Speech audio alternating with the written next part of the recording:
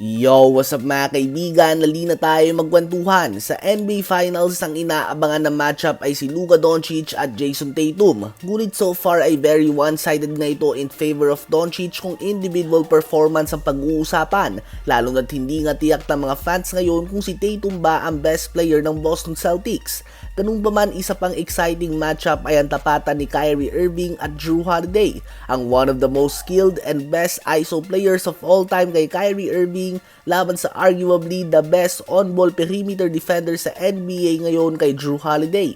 Ganun pa man, mukhang si Holiday nga nagwawagi sa matchup na ito. Si Holiday ay nagtatala ng 19 points, 9.5 rebounds, 4 assists, and 1 steal per game on 61.5% shooting sa field, 4 of 9 sa 3 points, and 0 turnovers. Habang si Kyrie Irving naman ay nagtatala ng 14 points, 2.5 rebounds, 4 assists, and 1 steal per game on 35% shooting sa field, 0 of 8 sa 3 points, at nakagawa din siya ng 5 turnovers. Patungo sa series na ito ay alam nga natin na dehado ang Mavs sa talent at lalim ng lineup na meron ng Celtics. Kaya naman kinakailangan nga ni Kyrie Irving na maging ang second best player sa series na ito behind Luka Doncic. Ganun pa man, we can actually make an argument na siya ang 7th best player sa series na ito behind Luka, Brown, Holiday, Tatum, White, and Porzingis base sa first 2 games. Sa ngayon din ay si Jrue Holiday ang number 1 sa Finals MVP rankings ng NBA.com at pangalawa si Luka Doncic kahit na nasa losing team ito.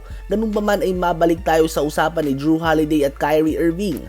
Noong nilabas ang star-studded 12-man lineup ng Team USA ay madami ang nagalit at nagulat na hindi na isama si Kyrie Irving dito at madami nga nagsasabi na si Jrue Holiday ang alisin at si Kyrie Irving ang ipasok sa lineup. Well, ngayon nga ay malamang nakikita nyo na kung bakit si Holiday ang napili sa team at hindi si Kyrie Irving.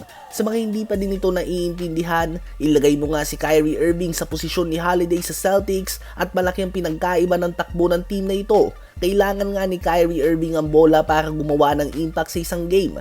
Habang si Holiday naman kahit na hindi nga gumawa ng puntos ay kaya niyang maging dahilan ng panalo ng isang team. Sa Team USA na may LeBron James, Kevin Durant, Kawhi Leonard, Stephen Curry, Anthony Edwards, Devin Booker, Anthony Davis, Joel Embiid at iba pa, ang tanong ay kailangan mo pa ba ng ISO player na tulad ni Kyrie Irving o kailangan mo ng isang lockdown defender na kayang tumulong gamit ang kanyang rebounding, passing, defense at IQ kay Jrue Holiday? Madaling sagot nga yan, it's all about fit. May 8 player ka sa team mo na kayang gumawa ng 30 points tulad ni Kyrie Irving, ngunit iilan lang nga ang kayang gawin ng ginagawa ni Holiday. Hindi pa tapos ang series at pwede mabaliktad pa ni Kyrie Irving at ng Mavs ang resulta nito. Ganun pa man, manalo o matalo nga ang Celtics ay mukhang naipapakita ni Holiday ngayon ang dahilan kung bakit siya ang mas pinili sa Team USA kaysa kay Kyrie Irving. Sa palagay nyo ba ay tamang desisyon ito?